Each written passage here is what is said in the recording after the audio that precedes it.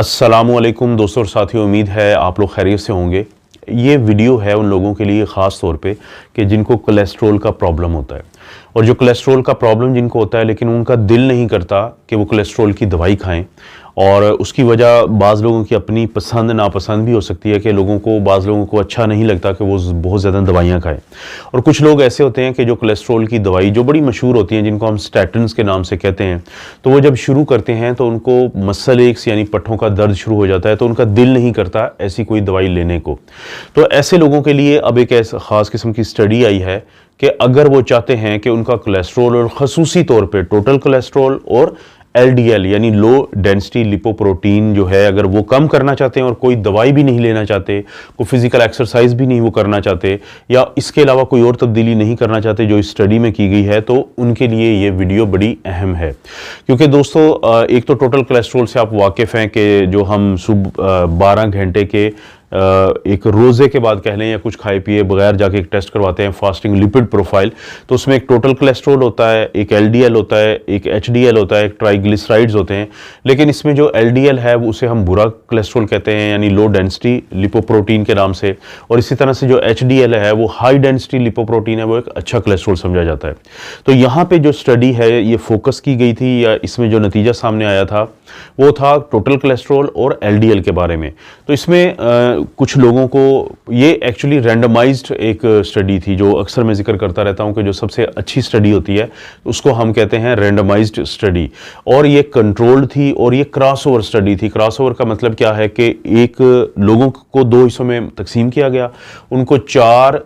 हफ्ते के लिए यानी 1 महीने के लिए एक ख़ास किस्म की खुराक दी गई, और वो जो खुराक दी गई वो स्नैक्स की शक्ल में दी गई। स्नैक्स क्या होते हैं कि जो आप सुबह का जैसे नाश्ता करते हैं, या दोपहर का आप खाना खाते हैं, लंच करते हैं, और रात का आप डिनर करते हैं, रात का खाना खाते हैं, तो इनके दरमियान भी आप कुछ ना कुछ छोटी चीज़ें खाते रहते हैं, तो इसको हम स्नैक्स कहेंगे। तो उन्होंने वो ख़ास किस्म की जो खुराक है वो 4 हफ्ते के लिए आधे ग्रुप को दी, और 4 हफ्ते के लिए दूसरे जो ग्रुप को मार्केट से लाई हुई बिल्कुल उसी तरह की बनी हुई, जिसका अब फ़र्क नहीं बताया जा सकता था कि ये वही चीज़ है या कुछ और चीज़ है, वो दी गई। उसके बाद अगले 4 हफ्ते दोनों को रेस्ट करवाया गया, इसे वॉश आउट पीरियड कहते हैं, ताकि ये फ़र्क ख़त्म हो जाए कि दोनों को जो मिला था, दोनों को जिस किस्म की भी खुराक मिली थी। फिर इनको क्रॉस ओवर किया गया कि जिनको आप पहले वो वाली खुराक दे रहे थे जिसका आगे मैं जिक्र करूंगा, जिसकी वजह से कोलेस्ट्रॉल जो है टोटल या LDL कम हुआ था, वो दूसरे ग्रुप को दी गई, और जिस पहले ग्रुप को ये दी जा रही थी उनको मार्केट से लाई हुई आम खुराक दी गई स्नैक्स की शक्ल में, चाहे वो रैपर्स में थी या जैसे भी या खुली खुराक थी वो दी गई। अब ये जो स्नैक्स थे या वो जो खुराक जो टोटल कोलेस्ट्रॉल और LDL को कम करती है, वो बनी हुई थी बादामों से, वो बनी हुई थी अखरोट से, वो बनी हुई थी जैसे दलिया होता है उससे, और जो बेरीज जिनको हम कहते हैं, तो इनसे बनी हुई थी। क्योंकि मकसद क्या था? मकसद ये था कि 4 अज्जा जो हैं वो लोगों को पहुंचाने हैं स्नैक्स की शक्ल में। जो कैलोरीज थी वो एक टाइम पे जो दी जाती थी, क्योंकि ये सुबह और शाम को दिए गए ये स्नैक्स, यानी नाश्ते और दोपहर के खाने के दरमियान, और दोपहर के खाने और रात के खाने के दरमियान। तो इसमें जो ख्याल रखा गया कि एक तो यह है कि फाइबर, यानी एक फाइबर होता है जिसको सॉल्युबल फाइबर्स कहते हैं, और जो आमतौर पे फलों में भी होता है, जो आमतौर पे सब्जियों में भी होता है, तो वो दिया गया। दूसरा मार्केट से भी मिलता है कि प्लांट स्टीरोल्स या फाइटोस्टीरोल के नाम से होता है, तो ये उसमें शामिल किया गया। और दूसरा शामिल किया गया ALA यानी अल्फा लिनोलेनिक एसिड, ये होता है, ये शामिल किया गया। और चौथा जो शामिल किया गया था वो एंटीऑक्सीडेंट शामिल किया गया था। और जैसे मैंने नाम बताए हैं कि अखरोट और बादाम और दलिया और उसके अलावा जो बेरीज थे, तो वो वहाँ से ही ये चीज़ें मिल गई थी, और मार्केट से आपको प्लांट स्टीरोल मिल जाता है, वो उसमें शामिल किया गया। अब ये मुख्तलिफ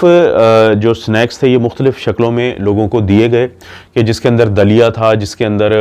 जो कैनबेरी बार्स होते हैं वो उसकी हालत में दिया गया, पैनकेक्स की हालत में दिया गया, चॉकलेट बार जो होते हैं उसकी हालत में दिया गया, स्मूथीज़ की हालत में दिया गया, और ग्रेनोला की हालत में दिया गया। यानी इन हालतों में ये स्नैक्स बना के इन दोनों ग्रुप्स में से एक को दिए गए, और दूसरे को ऐसे लगता था कि जैसे यही चीज़ दी जा रही है, लेकिन बेसिकली वो रूटीन की मार्केट की चीज़ें थी। जैसे आप दोस्तों को पता है कि बहुत दफ़ा जब आपका दिल नहीं करता कुछ खाने को, या आपको होता है कि आपके पास टाइम कम है, तो आप क्या करते हैं, मार्केट जाते हैं और किसी भी जो रैपर में जैसे कोई भी चीज़ होती है, जो प्रोसेस्ड फूड होता है, वो आप पैकेट लेते हैं और खा लेते हैं, तो इस तरह का वो दिया गया उनको।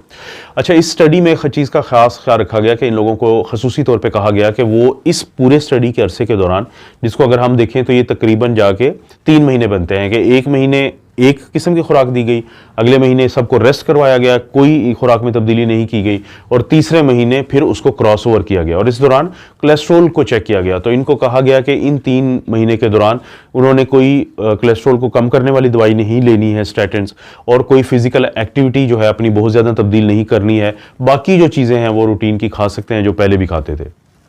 अब जब इसका नतीजा निकला तो नतीजे के तौर पे हमें पता चला कि कम से कम 8 से 20% तक कमी देखी गई लो डेंसिटी लिपोप्रोटीन कोलेस्ट्रॉल के अंदर, और इतनी ही तकरीबन कमी देखी गई जो टोटल कोलेस्ट्रॉल है। इसकी अहमियत क्या है? जैसे मैं पहले बता चुका हूँ कि हर शख्स जो है वो ज़रूरी नहीं है कि वो दवाई की तरफ जाए, और या बाज़ लोग अगर स्टैटिन ले भी लेते हैं तो उनको पट्ठों में दर्द या उनके जिगर का मसला ऐसा बनना शुरू हो जाता है कि वो दवाई नहीं ले सकते। तो एक तो उनके लिए बड़ा ज़रूरी है ये समझना कि अगर वो अपनी खुराक के दरमियान इस तरह की खुराक शामिल करें, जैसे मैं नाम बार बार ये ले भी चुका हूँ कि जिसमें बादाम हैं, अखरोट हैं, कि बेरीज़ हैं, जिसमें दलिया है, तो और फल हैं, सब्जियां हैं, तो उनके अंदर ये आपको मिल जाती हैं चीज़ें। तो एक तो ये फ़ायदा होगा कि कोलेस्ट्रॉल का लेवल बेहतर हो जाएगा, और जब कोलेस्ट्रॉल का लेवल बेहतर होगा तो उसके नतीजे में ये मुमकिन है लोगों के लिए कि उनको जो दिल के मसाइल हैं उसमें बहुत ज़्यादा कमी आ सकती है। क्योंकि दिल का मसला दोस्तों एक ऐसा मसला है कि जो बड़ी उम्र के साथ साथ दरमियानी उम्र और जवान जो लोग होते हैं उनके लिए भी आने वाले टाइम में खसूसी तौर पे, और अभी भी आप देखते हैं कि बहुत सारे मसाइल की वजह बन रहा है। तो एक छोटा सा ही इस स्टडी के ज़रिए मैसेज है कि लोगों को अपनी कोलेस्ट्रॉल को जो कंट्रोल करने के हैं वो एक से ज़्यादा तरीके हैं। वो ज़ाहिर है फिज़िकल एक्टिविटी भी कर सकते हैं, वो अपनी खुराक में तब्दीली भी कर सकते हैं, और थोड़ी बहुत तब्दीली कर सकते हैं, बहुत ज़्यादा तब्दीली करने की ज़रूरत नहीं होती। और अगर वो उससे भी बहुत ज़्यादा अच्छा रिजल्ट चाहते हैं तो अपने डॉक्टर से मशवरे करने के बाद कोई ना कोई कोलेस्ट्रॉल कम करने वाली दवाई भी शुरू कर सकते हैं, क्योंकि आखिरकार उनके दिल को फ़ायदा होगा, उनके खून की नालियों को फ़ायदा होगा। कोई भी ऐसी स्टडी अपडेट हुई तो दोस्तों आपसे ज़रूर शेयर करूंगा। आप अपना और अपनी फैमिली का ख्याल रखें। अल्लाह ताला आपको और आपकी फैमिली को हर किस्म की बुराई, बीमारी और आजमाइश से महफूज रखें।